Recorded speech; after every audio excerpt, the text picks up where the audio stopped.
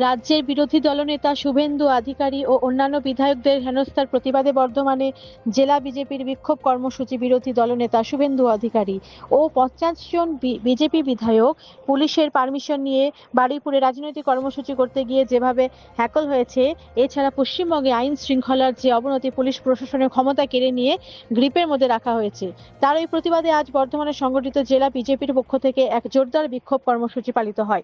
এই কর্মসূচিতে অংশগ্রহণ করেন জেলা সভাপতি অভিজিৎ তা, বিজেপি কর্মী এবং সমর্থক, যারা প্রশাসনের বিরুদ্ধে তীব্র ক্ষোভ প্রকাশ করেন।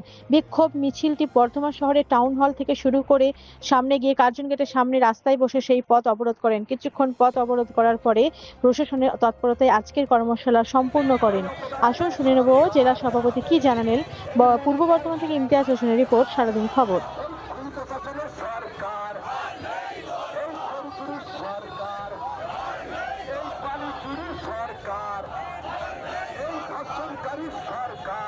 গোটা পশ্চিমবঙ্গ জুড়ে এই তৃণমূল সরকারের যে স্বৈরাচারী নীতি চলছে, আমাদের বিরোধী দলনেতা এবং 50 জন বিধায়ক পুলিশের পারমিশন নিয়ে রাজনৈতিক কর্মসূচি করতে গিয়ে বারুইপুরে যেভাবে তাদেরকে হ্যাকেল করা হয়েছে, এছাড়া সারা পশ্চিমবাংলায় আইন শৃঙ্খলার যে অবনতি, পুলিশ প্রশাসনকে তাদের ক্ষমতা কেড়ে নিয়ে কুক্ষিগত করে রাখা হচ্ছে,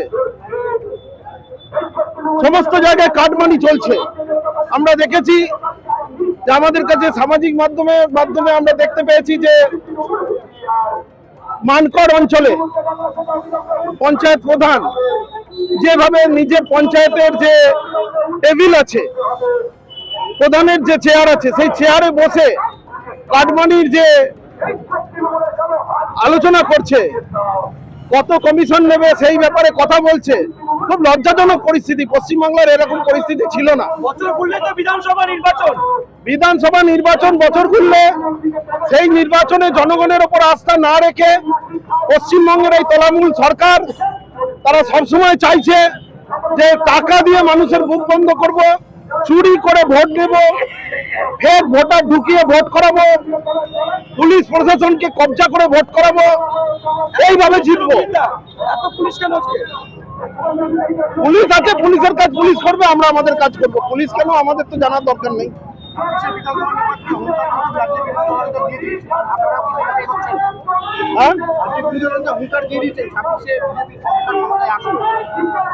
বিরোধী দলনেতা তিনি যেভাবে জনতার জন্য লড়াইটা করছেন, ভারতীয় জনতা পার্টির সৈনিকরা যেভাবে লড়াইটা করছেন, পশ্চিমবঙ্গের বিজেপির প্রত্যেকটা আমাদের লিডার, রাজ্য সভাপতি, আমাদের মাননীয় প্রাক্তন রাজ্য সভাপতি দিলীপ ঘোষ এবং আমাদের বিরোধী দলনেতা, 3 জন কাঁধে কাঁধ মিলিয়ে যে লড়াই আজকে করছেন, তাদের পশ্চিমবঙ্গের জনগণ ভারতীয় জনতা পার্টির উপর সম্পূর্ণ আস্থা রাখছে এবং 26-এ এই তৃণমূল সরকারের উৎখাত হবেই হবে, এটা একবারে সুনিশ্চিত। কথা বলে